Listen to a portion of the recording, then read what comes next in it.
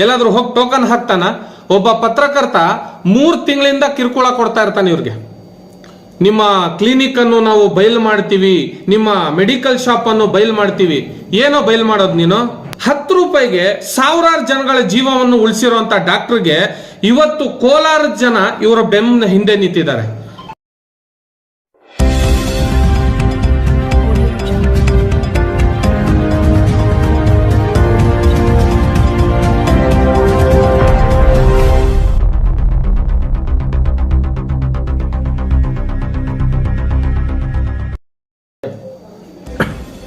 ಎಲ್ರಿಗೂ ನಮಸ್ಕಾರ. ನಾನು CM ಶಾಬಾಸ್ ಖಾನ್, ಯಂಗ್ಸ್ಟಾರ್ ಎಂಪವರ್ಮೆಂಟ್ ಪಾರ್ಟಿಯ ರಾಷ್ಟ್ರೀಯ ಅಧ್ಯಕ್ಷ. ಸ್ನೇಹಿತರೆ, ಇದು ನಿಮ್ಮೆಲ್ರಿಗೂ ಕೂಡ ಗಮನದಲ್ಲಿ ಇರುವಂಥ ವಿಷಯ. ಹಾಗೆ ಇದು ಬಹಳಷ್ಟು ಜನಗಳಿಗೆ ಇವತ್ತು ಒಂದು ಪರ್ಫೆಕ್ಟ್ ಆಗಿರುವಂಥ ವ್ಯಕ್ತಿಗಳಿಗೆ ಕಿರುಕುಳ ಕೊಡುವಂಥ ಕೆಲಸ ಇದು ಇವತ್ತು ಕೋಲಾರಲ್ಲಿ ನಡೆದಿದೆ. ನಾಳೆ ನಿಮ್ಮೂರಿಗೂ ಬರ್ಬೋದು, ಆಮೇಲೆ ನಿಮ್ಮ ಬುಡಕ್ಕೂ ಬರ್ಬೋದು. ಇದು ಏನಕ್ಕೆ ಅಂತ ಹೇಳಿದ್ರೆ, ಇವರು ಡಾಕ್ಟರ್ ಜಾಕೀರ್ ಅಂತ ನಮ್ಮ ಫ್ಯಾಮಿಲಿ ಡಾಕ್ಟರ್ ಕೂಡ ಹೌದು, CM ಇಬ್ರಾಹಿಂ ಅವರ ಫ್ಯಾಮಿಲಿ ಡಾಕ್ಟರ್ ಕೂಡ ಹೌದು. ಈ ವಿಷಯ CM ಇಬ್ರಾಹಿಂ ಅವ್ರಿಗೂ ಕೂಡ ನಾನು ಚರ್ಚೆ ಮಾಡಿಬಿಟ್ಟು ಇವತ್ತು ಬರೋಕ್ಕಿಂತ ಮುಂಚೆ ಒಂದು ಅರ್ಧ ಗಂಟೆ ಕೂತ್ಕೊಂಡು ಮಾತಾಡಿದ್ವಿ CM ಇಬ್ರಾಹಿಂ ಸಾಹೇಬ್ರ ಹತ್ರ, ಈ ತರ ನಡೆದಿದೆ ಅಂತ.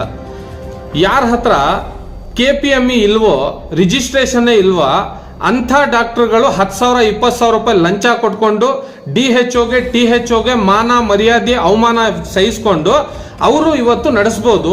ಒಬ್ಬ ಸಾಮಾನ್ಯವಾಗಿ 10 ರೂಪಾಯಿಯಿಂದ ಶುರು ಮಾಡಿದ್ದು. 10 ರೂಪಾಯಿ ಯಾರಿಗಾದ್ರೂ ಊರುಗಳಲ್ಲಿ ಗೌಡರು ಇರ್ತಾರೆ ನೋಡಿ, ಅವ್ರಿಗೆ ಕೇಳ್ರಿ ನೀವು. ಕೀಳು ಮಟ್ಟದ ಜನ ಇದ್ದಾರೆ ನೋಡಿ, ಯಾರು ನಮ್ಮಲ್ಲಿ ಕೀಳ್ಮಟ್ಟ ಅಂದ್ರೆ ನಮ್ಮ ಬಡವರು ಇದ್ದಾರೆ ನೋಡಿ, ಅವ್ರ ಕೈಲಿ ದುಡ್ಡೇ ಕಟ್ಟಕ್ಕಾಗಲ್ಲ ಅಂತವ್ರಿಗೆ ನಿಮ್ಮ ಕರೋನಾ ಟೈಮಲ್ಲಿ ಸಾವಿರಾರು ಜನಗಳ ಜೀವ ಉಳಿಸಿದಂತ ಡಾಕ್ಟರ್ ಜಾಕೀರ್ ಹುಸೇನ್ ಅವ್ರಿಗೆ ಇವತ್ತು ಒಂದು ನಮ್ಗೆಲ್ರಿಗೂ ಕೂಡ ಒಂದು ಅವಮಾನಕರ. ಯಾಕಂದ್ರೆ ಇವತ್ತು ನೀವೆಲ್ಲ ಪತ್ರಕರ್ತರೆಲ್ಲ ಸೇರಿರೋದು ನಮ್ಗೊಂದು ಹೆಮ್ಮೆ ಆಗ್ತಾ ಇದೆ. ಏನಕ್ಕಂದ್ರೆ ಸ್ನೇಹಿತರೆ ನೋಡಿ, ಒಂದು ಒಳ್ಳೆ ಕೆಲ್ಸಕ್ಕೂ ಜನ ಇರಬೇಕು, ಕೆಟ್ಟ ಕೆಲ್ಸಕ್ಕೂ ಜನ ಇರಬೇಕು ಅಂತ ಹೇಳ್ತಾರೆ. ಒಳ್ಳೆ ಒಂದು ಕೆಲ್ಸಕ್ಕೆ ಏನಕ್ಕೆ ಜನ ಅಂತ ಹೇಳಿದ್ರೆ, ಜನ ಬಲ ಇದ್ರೆ, ನಮ್ಮ ಬೆಂಬಲವನ್ನು ನಾವು ಪ್ರದರ್ಶಿಸಿದ್ರೆ ನಾವ್ ಏನಂತ ಮುಂದೆಗಡೆ ಇರೋರಿಗೆ ತೋರಿಸ್ಬೋದು. ಒಬ್ಬ ನಾನು 8 ವರ್ಷ ಪತ್ರಕರ್ತನಾಗಿ ಕೆಲಸ ಮಾಡಿದ್ದೀನಿ, ನೀವುಗಳು ಕೂಡ ಪತ್ರಕರ್ತರಾಗಿದ್ದೀರಾ. ಯಾವನಾದ್ರೂ ಪತ್ರಕರ್ತ ನಾವು ನಮ್ಮ ಗಮನಕ್ಕೆ ಇರೋ ತರ ಟೋಕನ್ ಗಿರಾಕಿ ಆಗಿರ್ತಾನ? ಎಲ್ಲಾದ್ರೂ ಹೋಗಿ ಟೋಕನ್ ಹಾಕ್ತಾನ? ಒಬ್ಬ ಪತ್ರಕರ್ತ 3 ತಿಂಗಳಿಂದ ಕಿರುಕುಳ ಕೊಡ್ತಾ ಇರ್ತಾನೆ ಇವ್ರಿಗೆ.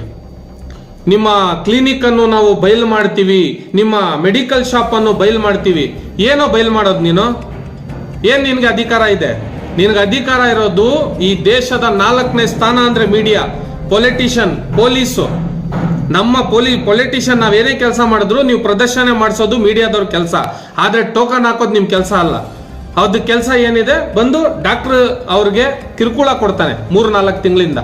ಇವ್ರೇನ್ ಹೇಳ್ತಾರೆ, ನಮ್ದು ಯಾವುದೇ ರೀತಿಯ ತಪ್ಪಿಲ್ಲ, ನಾವು KPME ರಿಜಿಸ್ಟರ್ ಆಗಿದ್ದೀವಿ, ಕರ್ನಾಟಕ ಮೆಡಿಕಲ್ ಏನಿದೆ ಅದೆಲ್ಲ ರಿಜಿಸ್ಟರ್ ಆಗಿರ್ತದೆ. ಆಮೇಲೆ ರಿನಿವಲ್ಗೂ ಕೂಡ ಹಾಕೊಂಡಿರ್ತಾರೆ. ಒಂದ್ಸತಿ ಲೈಸೆನ್ಸ್ ಬಂದಿದ್ಮೇಲೆ ರಿನಿವಲ್ ಅವಶ್ಯಕತೆ ಇಲ್ವಲ್ಲ. ಅರ್ಥ ಮಾಡ್ಕೊಳ್ಳಿ ಈ ಡಿಗ್ರಿಗಳು, ಈ ಸ್ಕ್ಯಾಮ್ಗಳು ಹೆಂಗ್ ನಡೀತದೆ ಅಂತ ಹೇಳ್ಬಿಟ್ಟು. 10 ರೂಪಾಯಿಗೆ ಸಾವಿರಾರು ಜನಗಳ ಜೀವವನ್ನು ಉಳಿಸಿರುವಂತ ಡಾಕ್ಟರ್ಗೆ ಇವತ್ತು ಕೋಲಾರದ ಜನ ಇವರ ಬೆನ್ನ ಹಿಂದೆ ನಿಂತಿದ್ದಾರೆ.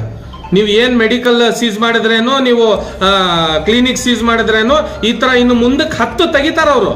ಯಾಕಂತ ಹೇಳಿದ್ರೆ ಅವರು ಪ್ರಾಮಾಣಿಕವಾಗಿ ನಡ್ಕೊಂಡ್ ಬಂದಿರೋರು, ಪ್ರಾಮಾಣಿಕ. ಅವರು ಮಗನೂ ಕೂಡ ಹಸೀಬ್ ಡಾಕ್ಟರ್, ಅವನು ಮೊಹಮ್ಮದ್ ಹುಸೇನ್, ಅವನು ಕೂಡ BMS ಮಾಡಿದ್ದಾನೆ.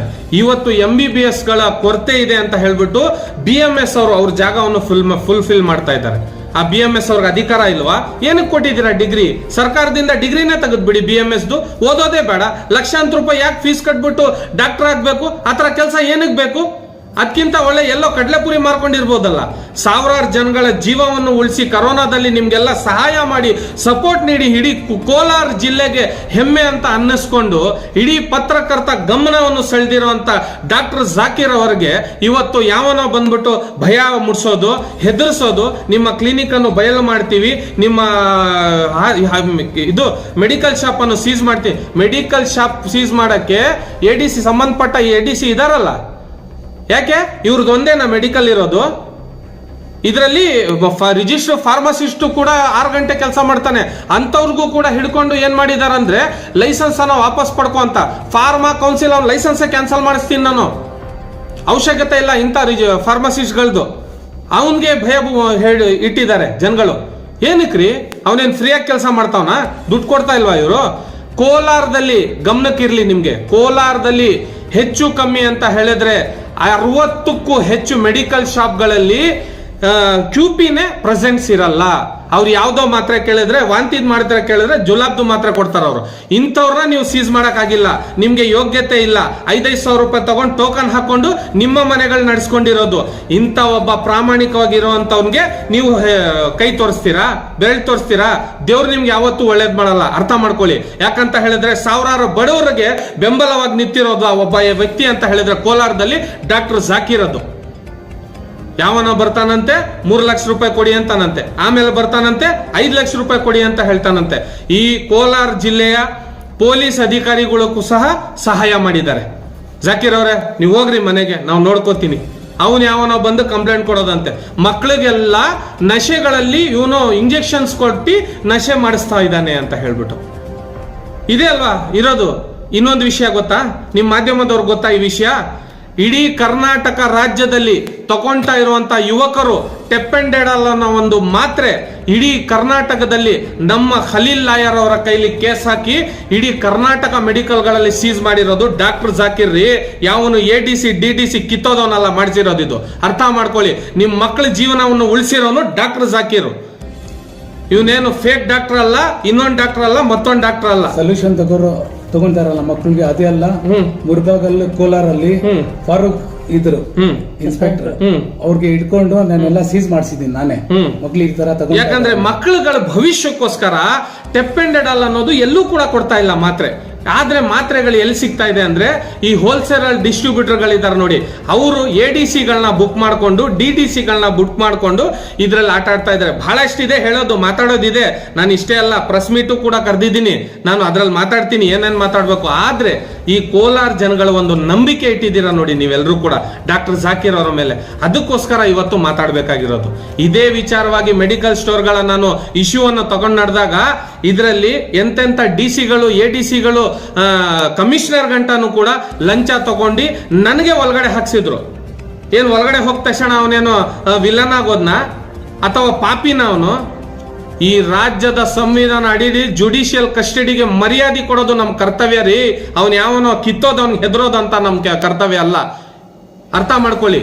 ನೀವು ನಿಮ್ಮ ಮೇಲೆ FIR ಆಗಿದೆ ಅಂತ ಹೇಳಿದ್ಮೇಲೆ ನೀವು ಅದನ್ನ ಸಹಿಸ್ಕೊಳ್ಳೋದು ನಿಮ್ಮ ಕರ್ತವ್ಯ. ಜುಡಿಷಿಯಲ್ ಕಸ್ಟಡಿಗೆ ಮರ್ಯಾದೆ ಕೊಡುವಂತ ಕರ್ತವ್ಯ. ಈಗ ತಗೊಂಡೋಗಿ ಸಬ್ಮಿಟ್ ಮಾಡಿದೀವಿ, ಲೋಕಾಯುಕ್ತದಲ್ಲಿ FIR ಆಗುತ್ತೆ, ಅದ್ರ ಮೇಲೆ ತನಿಖೆ ನಡೀತದೆ. ಎಲ್ಲ ಸಮಾಧಾನವಾಗಿ ಏನೇನ್ ಮಾಡ್ಬೇಕು. ಅಧಿಕಾರಿಗಳು ಗೌರ್ಮೆಂಟ್ ಕೆಲಸದಲ್ಲಿ ಇರೋರ್ಗೆ ಅವ್ರಿಗೆ ಎಷ್ಟು ಮೆರಿಬೇಕು ಅಂತ ಹೇಳಿದ್ರೆ, ನಾವು ಪೊಲಿಟಿಷಿಯನ್ಸ್ ಈ ರಾಜ್ಯದಲ್ಲಿ ಅದು ಬೆಂಗಳೂರಿಗೆ ಹೊಳೆ ನರಸೀಪುರದಿಂದ ರಾಜಕಾರಣ ಮಾಡ್ಬೇಕು ಅಂತಾನೆ ಬಂದಿದ್ದೀವಿ ನಾವು. ಇಲ್ಲಿ ಕಡ್ರೆಪುರಿ ಮಾಡಕ್ ಬಂದಿಲ್ಲ ನಾವಿಲ್ಲಿ. ಅರ್ಥ ಮಾಡ್ಕೊಳ್ಳಿ. ಯಾವ್ದು ಅಧಿಕಾರಿ ಬಂದು ಏನೋ ಹೇಳೋದು. ಈಗ ಒಬ್ಬ ಅಧಿಕಾರಿ ನೋಡಲ್ ಆಫೀಸರ್ ಏನ್ರಿ ಅವನು ಸ್ಟೇಟ್ಮೆಂಟ್ ಕೊಟ್ಟಿರೋದು? ಯಾರು ಅವನ್ಗೆ ಅಧಿಕಾರ ಕೊಟ್ಟಿರೋದು? ಸರ್ಕಾರ ಅಧಿಕಾರ ಕೊಟ್ಟಿರೋದು. ದಿನೇಶ್ ಗುಂಡೂರು ಹೋಗ್ಬಿಟ್ಟು ಇಡ್ಲಿ ತಟ್ಟೆಲಿ ಇಟ್ಟಿರೋ ಪ್ಲಾಸ್ಟಿಕ್ ಬ್ಯಾನ್ ಮಾಡ್ಕೊಂಡು ತಿರ್ತಾ ಇದ್ದಾರೆ. ಈ ಜನಗಳಿಗೆ ಸಂಬಂಧಪಟ್ಟ ಇರುವಂತ ಮೆಡಿಕಲ್ ಸ್ಟೋರ್ಗಳ ಮೇಲೆ ಗಮನ ಇಡಕ್ಕೆ ಬಂದಿಲ್ಲ ಅವ್ರಿಗೆ. ಹೆಲ್ತ್ ಮಿನಿಸ್ಟರ್ ನೀವು? ರಾಜ್ಯ ಸರ್ಕಾರ ಇದರಲ್ಲಿ 60% ಭಾಗಿಯಾಗಿದ್ಯಾ? ಈಗ BJP ಸರ್ಕಾರ 40% ಇದ್ದಂಗೆ. ಯಾರು ಇದಕ್ಕೆ ಕೇಳೋರು? ನೀವು ಒಂದು ತಲೆನೋವು ಅಂತ ಹೇಳಿದ್ರು ಒಂದು ಮೆಡಿಕಲ್ ಶಾಪ್ಗೆ ಹೋಗ್ತೀರಾ, ಒಂದು ಡಾಕ್ಟರ್ ಹತ್ರ ಹೋಗ್ತೀರಾ, ಅವನೇ ಒರಿಜಿನಲ್ ಇಲ್ಲ ಅಂತ ಹೇಳಿದ್ರೆ ನೀವು ಅವನ ಮೇಲೆ ಕ್ರಮ. ಎಷ್ಟು ಡಾಕ್ಟರ್ ಅಕ್ರಮವಾಗಿ ಕೆಲಸ ನಡೆಸ್ತಾ ಇಲ್ಲ? ಫೇಕ್ ಡಾಕ್ಟರ್ಗಳು, ಕಾಂಪೌಂಡರ್ಗಳು, ನರ್ಸ್ಗಳು, ಫಾರ್ಮಸಿ ಮಾಡಿಲ್ಲ, ಅವ್ರು ಹೋಗ್ಬಿಟ್ಟು ಟ್ರೈನಿಂಗ್ ತಗೊಂಡು ಏನೋ ಮಾಡಿ ಆ ಡಾಕ್ಟರ್ ಹತ್ರ ಕೆಲಸ ಮಾಡ್ತಾ ಇದೀವಿ, ಅವ್ರ ಹತ್ರ ಕೆಲಸ ಮಾಡ್ತಾ ಇದೀವಿ ಅಂತ ಹೇಳಿ ಕ್ಲಿನಿಕ್ ಓಪನ್ ಮಾಡ್ಕೊಂಡಿದ್ದಾರೆ. ಆ ಕ್ಲಿನಿಕ್ಗಳು DHOಗೆ THOಗೆ ಕಣ್ಣಿಗೆ ಕಾಣಿಸಿಲ್ವಾ? ಕಣ್ಣಿಗೆ ಮಣ್ಣು ಬಿದ್ದಿದ್ಯಾ ನಿಮ್ಗೆ? ಅದನ್ನ ಸೀಸ್ ಮಾಡಕ್ಕಾಗಿಲ್ವಾ? KPME ಇರೋರಂತ ಹೋಗ್ಬಿಟ್ಟು ಸೀಸ್ ಮಾಡಿದಿರಾ. ಆ ಇಂಜೆಕ್ಷನ್ ಪರ್ಟಿಕ್ಯುಲರ್ ಆಗಿ ಕೊಡೋಗಿಲ್ಲ ಅಂತ ಹೇಳ್ಬಿಟ್ಟು ಕಾನೂನು ಮಾಡಿಸ್ರಿ. ನೀವು ಆರ್ಡರ್ ಮಾಡಿಸಿ, ಅದು ಗೌರ್ಮೆಂಟ್ ಗೈಡ್ಲೈನ್ ತಗೊಂಡ್ಬನ್ನಿ, ಜೀವಲ್ಲಿ ಆರ್ಡರ್ ಮಾಡಿಸಿ. ಅದನ್ನ ಬಂದ್ಬಿಟ್ಟು ನಾವು ಕೊಡಂಗಿಲ್ಲ, ಅದ್ ಕೊಡಂಗಿಲ್ಲ, ನಾವು ಹಿಂಗ್ ಕೊಡಂಗಿಲ್ಲ, ಹಂಗ್ ಕೊಡಂಗಿಲ್ಲ, ಇದೇ ಜೀವನ ಪೂರ್ತಿ ಮಾಡ್ಕೊಂಡು ಕೂತ್ಕೊಂತೀರಾ ನೀವು? ಹಿಂಗೆ ಆಗಿ ನಮ್ಮ ಡಾಕ್ಟರ್ ಜಾಕೀರ್ ಅವ್ರಿಗೆ ಅವಮಾನಕರ ಕೆಲಸವನ್ನು ಮಾಡಿದ್ದಾರೆ. ಇದು ಕೋಲಾರ ಜನತೆ ಯಾವುದೇ ಕಾರಣಕ್ಕೂ ಹೆದರುವಂತ ಅವಶ್ಯಕತೆ ಇಲ್ಲ ಸ್ನೇಹಿತರೆ. ಯಾಕಂದ್ರೆ ನೀವೆಲ್ಲ ಮಾಧ್ಯಮದವ್ರು ಸಪೋರ್ಟ್ ಇದ್ದೀರಾ, ಸಾಥ್ ಕೊಡ್ತಾ ಇದ್ದೀರಾ. ಇದರಲ್ಲಿ ಬಹಳಷ್ಟು ಇನ್ನೊಂದು ಮುಖ್ಯವಾಗಿ ಹೇಳಬೇಕು ಅಂತ ಹೇಳಿದ್ರೆ ADC ಅವರು ಮುಖ್ಯವಾಗಿ ಪಾತ್ರವನ್ನು ವಹಿಸಿದ್ದಾರೆ. ಇದಕ್ಕೆ ಆದಷ್ಟು ಬೇಗ ನಮ್ಮನ್ನ ರಿಲೀಫ್ ಕೊಡ್ತಾರೆ ಅಂತ ಹೇಳಿ ನಂಬಿದೀವಿ. ಇಲ್ಲ ಅಂತ ಹೇಳಿದ್ರೆ ನಮ್ಗೆ ಗೊತ್ತಿದೆ, ಕಾನೂನು ಅಡಿಯಲ್ಲಿ ಇಳಿದು ನೀವು ತಗೊಂಡು ನಮ್ಮ ಗೊತ್ತಿದೆ ಏನೇನ್ ಮಾಡ್ಬೇಕು ಅಂತ ನನಗೆ ಹೇಳ್ಕೊಡೋ ಅವಶ್ಯಕತೆ ಇಲ್ಲ. ಈ ನಾವು ಕೂಡ ಲಾ ಓದಿದ್ದೀವಿ, ನಮಗೆ ನಿಮ್ಮಂಗೆ ಅದಕ್ಕೆ ಹೆಂಗ್ ಮಾಡ್ಬೇಕು ಇದಕ್ಕೆ ಹೆಂಗ್ ಮಾಡ್ಬೇಕು ಪಂಚನಾಮ ಒಂದು ಮಾಡೋ ಅಧಿಕಾರ ಬಿಟ್ರೆ ಯಾವ ಅಧಿಕಾರನೂ ಕೊಟ್ಟಿಲ್ಲ ನಿಮ್ಗೆ.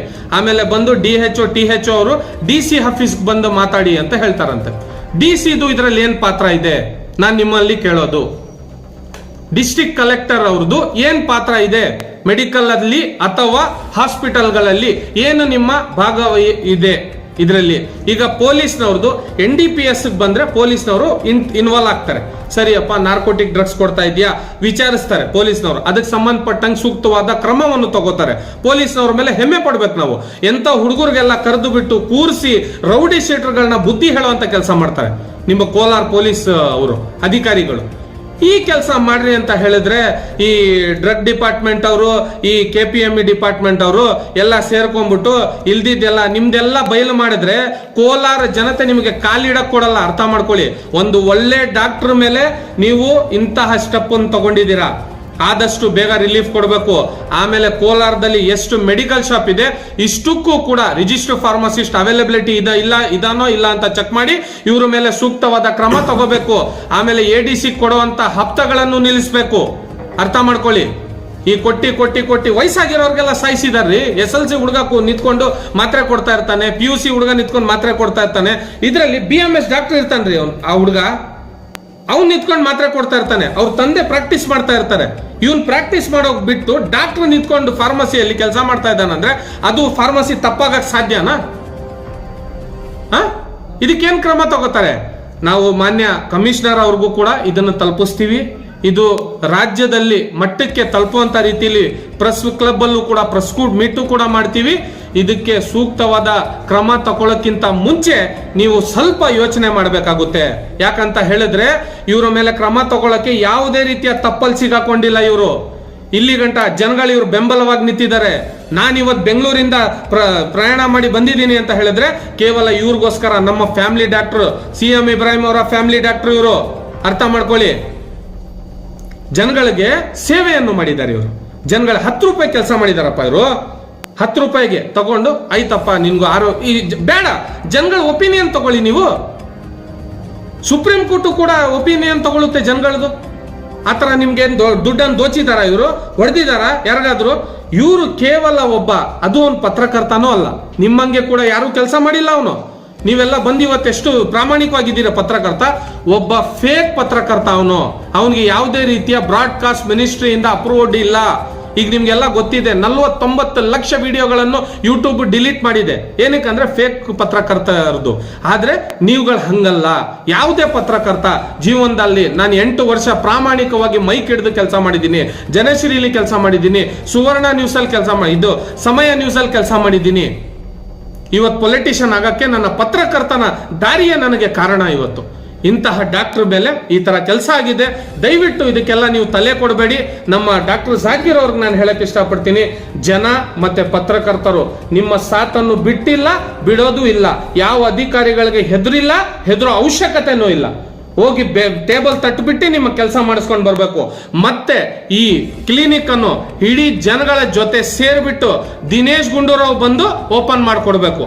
ಆ ಮಟ್ಟಕ್ಕೆ ನಾವು ತರಲಿಲ್ಲ ಅಂತ ಹೇಳಿದ್ರೆ ನನ್ನ ಹೆಸರು CM ಶಾಬಾಸ್ ಖಾನ್ ಅಲ್ಲ. ಅರ್ಥ ಮಾಡ್ಕೊಳ್ಳಿ. ನಿಮ್ಮ ಜನಗಳ ಜೊತೆಗೆ ನನ್ನ ಬೆಂಬಲನೂ ಕೂಡ ಸದಾ ಇದೆ, ನಮ್ಮ ಪಕ್ಷದ ಬೆಂಬಲ ಇದೆ, ಆಮೇಲೆ ನಮ್ಮ ರಿಜಿಸ್ಟರ್ ಫಾರ್ಮಸಿಸ್ಟ್ಗಳ ಎಲ್ಲರ ಸಾಥ್ ಇದೆ ಇವ್ರಿಗೆ ಅಂತ ಹೇಳ್ತಾ ನನ್ನ 2 ಮಾತನ್ನು ಮುಗಿಸ್ತೀನಿ. ಧನ್ಯವಾದ. ಪತ್ರಕರ್ತರ ಹೆಸರೇನು ಮತ್ತೆ 5 ಲಕ್ಷ 2 ಲಕ್ಷ 3 ಲಕ್ಷ ಯಾಕೆ ಕೇಳ್ದ ಅವನು? ಸರ್ ನೋಡಿ, ಒಬ್ಬ ನೀವು ಪತ್ರಕರ್ತನಾಗಿ ರೈಟ್ ಪ್ರಶ್ನೆ ಮಾಡಿದ್ದೀರಾ. ಇದಕ್ಕೆ ಉತ್ತರ ಕೊಡಕ್ಕೆ ನಾನು ನಿಮ್ಮ ಹೆಸರು ತಗೊಂಡು ಅವಮಾನ ಮಾಡೋಕ್ಕಿಂತ ಬದಲು ನನಗೆ ಒಂದು ಕಾನೂನು ಅಡಿ ಇದೆ, ಅದರಲ್ಲಿ ಹೋಗಿ ನಾನು ಕೇಸ್ ಫೈಲ್ ಮಾಡ್ತಾ ಇದ್ದೀವಲ್ಲ. ಯಾಕಂದ್ರೆ ಈಗ ನಾವು ಇನ್ 2-3 ಡೇಸ್ ಅಲ್ಲಿ ಅವನ ಮೇಲೆ ಫುಲ್ ರಿಪೋರ್ಟೇ ತಯಾರು ಮಾಡಿ ಕಂಪ್ಲೇಂಟ್ ಮಾಡಿ ಅವನ ಮೇಲೆ ಅರೆಸ್ಟ್ ಮಾಡಿಸ್ತೀವಿ. ಯಾಕಂದ್ರೆ ಬಿಡುವಂತ ಕೆಲಸ ಅಲ್ಲ ಇದು. ಅವನ ಹೆಸರು ಹೇಳಿದ್ರು ಕೂಡ ಅವನಿಗೆ ನಾಳೆ ದಿವಸ ನಮ್ಮ ಮೇಲೆ ಮಾನಹಾನಿ ಆಗ್ಬೋದು. ಯಾಕಂತ ಹೇಳಿ ಸುಳ್ಳು ಮಾಹಿತಿ ಕೊಡೋದು ಬೇಡ. ಜನಗಳಿಗೆ ಏನ್ ರೈಟ್ ಮಾಹಿತಿ ಇದೆ. ಈಗ ನೋಡಿ, ನೀವು ಪ್ರಶ್ನೆ ಮಾಡೋದು ನಿಮ್ಮ ಕರ್ತವ್ಯ. ಬಹಳ ಒಳ್ಳೆ ಪ್ರಶ್ನೆ ಮಾಡಿದ್ರಿ. ಇದೇ ಪ್ರಶ್ನೆ ಜನಗಳು ಅವನಿಗೆ ಮಾಡಬೇಕಾಗಿತ್ತು. ಇವತ್ತು ನೋಡಿ, ಅವನು ಎಲ್ಲಾ ಕಡೆ ಹೋಗಿ ಬಯಲು ಮಾಡ್ತೀವಿ. ಅಂತ ಪತ್ರಕರ್ತನ ಇಡೀ ಕೋಲಾರದಿಂದನೇ ಕ್ಲೀನ್ ಮಾಡಿ ಕಳಿಸ್ತೀವಿ. DC ಇದಾರಲ್ಲ, ಇದಕ್ಕೆ ಕ್ರಮ ತಗೋಬೇಕಾಗಿರೋದು. ನಮ್ಮ ಡಿ ಸಿ ಏನಿದಾರೋ ಡಿ ಸಿ ಸಾಹೇಬರು ಇದಕ್ಕೆ ಕ್ರಮ ತಗೋಬೇಕಾಗಿದೆ. ಅದನ್ನು ಕೊಡ್ಸೋಣ. ಬ್ರಾಡ್ಕಾಸ್ಟ್ ಮಿನಿಸ್ಟ್ರಿಗೂ ಕೂಡ ಒಂದು ಪತ್ರವನ್ನು ಬರೆದು ಪ್ರೆಸ್ ಕ್ಲಬ್ ಅಲ್ಲೂ ಕೂಡ ಪತ್ರವನ್ನು ಕೊಟ್ಟು ಇವ್ರ ಮುಖಾಂತರ ನಾನು ಇವ್ರಿಗೂ ಕೂಡ ಒಂದೆರಡು ಮಾತಾಡಿ ಜನಗಳಿಗೆ ಒಂದು ಬೆಂಬಲವನ್ನು ತುಂಬಬೇಕು ಅಂತ ಹೇಳ್ತಾ ಇದ್ದೀನಿ. ಒಂದು ಜಗಳ ಆಗಿದೆ ಮಕ್ಕಳಲ್ಲಿ ಮುತವಲ್ಲಿ ಏನೋ ಎದಾಗಿದೆ ಅಂತ. ಮುತವಲ್ಲಿದು ಬೇಳೆಕಾಳು ಏನಿದೆ ಅಂತ ಜನಗಳಿಗೆ ಗೊತ್ತಿದೆ. ಮುತ್ಲವಲ್ಲಿದು ಸದರ್ಗಳದು ನಾನೇನು ಹೇಳೋ ಅವಶ್ಯಕತೆ ಇಲ್ಲ. ಫಸ್ಟೇ Waqf board ministry BZ Zameer Ahmed Khan ಅವ್ರ ಜೊತೆ ಬಹಳ ಇದ್ದೀನಿ ನಾನು, ನೋಡಿದೀವಿ ಇಂಥವೆಲ್ಲ. ಯಾಕಂದ್ರೆ ಮುತವಲ್ಲಿಗಳು ಏನ್ ಕೆಲಸ, ಮದುವೆಯಲ್ಲಿ ಬಂದ್ರೆ ಒಳ್ಳೆ ಹೆಣ್ಣು ನೀವು ಒಂದು ಗಂಡ ಹೆಣ್ಣು ಕರ್ಕೊಂಡೋದ್ರೆ ಸೇರ್ಸ್ ಕಳಿಸಿ ಅಂತ ಹೇಳಿದ್ರೆ 15,000 ರೂಪಾಯಿ ಸೆಟಲ್ಮೆಂಟ್ ಮಾಡಿ ತಲಾಕ್ ಮಾಡಿ ಕಳಿಸ್ತಾರ ಅವ್ರು. ಇಂಥ ಮನೆ ಹಾಳು ಕೆಲಸ ಮಾಡೋದು ಎಲ್ಲ ಮುತವಲ್ಲಿಗಳಲ್ಲ. ಕೆಲವ್ರು ಇದ್ದಾರೆ, ಕೆಲವ್ರು ಸದರ್ಗಳಿದ್ದಾರೆ. ಇಂಥವ್ರಿಗೆಲ್ಲ ತಕ್ಕ ಪಾಠ ಕಲ್ಸಕ್ಕಂತ ನಾವ್ ಏನ್ ಮಾಡ್ಬೇಕಂತ ಮಾಡ್ತೀವಿ. ಆದ್ರೆ ನಾವ್ ಹೇಳೋದೇನಂದ್ರೆ ಇಂಥ ಪೋಲಿ ಪೊರ್ಕಿ ಟಪೋರಿಗಳಿಗೆ ಹೆದರೋ ಅವಶ್ಯಕತೆ ಇಲ್ಲ. ರಾಜ್ಯ ಸರ್ಕಾರ ಅಡಿಯಲ್ಲಿ ಇವ್ರಿಗೇನ್ ಗನ್ಮ್ಯಾನ್ ಬೇಕಂದ್ರೂ ಕಮಿಷನರ್ ಕೈಲಿ ಹೇಳಿ ಕೊಡಿಸ್ಬೋದು. ಒಬ್ಬ ಡಾಕ್ಟರ್ ರೀ ವೈದ್ಯೋ ನಾರಾಯಣ ನಮಃ ಅಂತ ಹೇಳ್ತಾರೆ. ಒಬ್ಬ ಡಾಕ್ಟರ್ ಜೀವ ಉಳಿಸೋದು ಇಡೀ ರಾಜ್ಯದ ಕರ್ತವ್ಯ. ಇದು ಅದೇ ಕರ್ತವ್ಯವನ್ನು ನೀವು ನಿಭಾಯಿಸಿದ್ರ ಅವನ ಬಗ್ಗೆ ಸೂಕ್ತವಾದ ಕ್ರಮ ತಗೊಳ್ಳೋಣ. ಯಾವುದೇ ಕಾರಣಕ್ಕೆ ಬಿಟ್ಕೊಡೋ ಅಂತ ಕೆಲಸ ಇಲ್ಲ. ಆಮೇಲೆ ನಾವು ಕಾಲಿಟ್ಟ ಮೇಲೆ ಇಂಥವ್ರಿಗೆಲ್ಲ ಎಷ್ಟೋ ಜನಕ್ಕೆ ಸೈಡಾಗಿ ಹಾಕ್ತಿವಿ. ಕಮಿಷನರ್ಗಳಿಗೆ ಬಿಡಲ್ಲ ಅಂತ ಹೇಳಿದ್ಮೇಲೆ ಇವ್ ನಾನು ಮುತವಿಯಲ್ಲೇನೋ ಸದರೋ ಬಂದು ನಮ್ಮ ಹತ್ರ ಮಾತಾಡೋ ಅವಶ್ಯಕತೆ ಇಲ್ಲ. ನಾವು ಲಾ ಓದಿರೋರು, ನಮಗೆ ಸೂಕ್ತವಾದ ಯಾವ ರೀತಿ ಕಾನೂನು ಕ್ರಮವನ್ನು ತಗೋಬೇಕು ನಾವು ತಗೋತೀವಿ. ಆಮೇಲೆ ಒಂದು ಮೆಸೇಜ್ ಅನ್ನು ಕೊಡೋಕೆ ಇಷ್ಟಪಡ್ತೀನಿ ರಾಜ್ಯದ ಮುಖ್ಯಮಂತ್ರಿಗೆ ಹಾಗೆ ದಿನೇಶ್ ಗುಂಡೂರಾವ್ ಹೆಲ್ತ್ ಮಿನಿಸ್ಟರ್ ಅವ್ರಿಗೆ.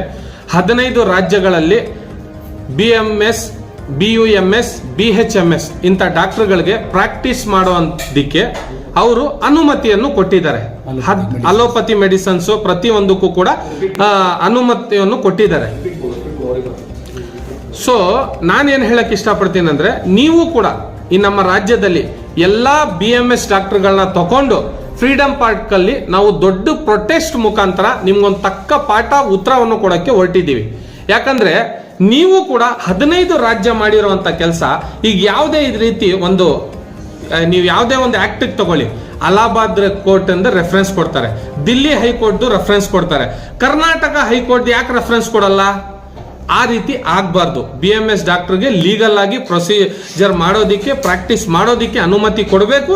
ಈ ಅನುಮತಿಗೋಸ್ಕರ ಮುಂದಿನ ದಿನಗಳಲ್ಲಿ ಸೂಕ್ತವಾದ ಕ್ರಮವನ್ನು ತಗೋಬೇಕು ಇಲ್ಲ ಅಂತ ಹೇಳಿ ಅವರು ಡಿಸೈಡ್ ಮಾಡೋಕ್ಕಿಂತ ಮುಂಚೆ ದಿನೇಶ್ ಗುಂಡೂರಾವ್ ಅವ್ರಿಗೆ ಹೇಳಕ್ ಇಷ್ಟಪಡ್ತೀನಿ, 15 ರಾಜ್ಯ ಇದಕ್ಕೆ ಅನುಮತಿ ಕೊಟ್ಟಿದೆ.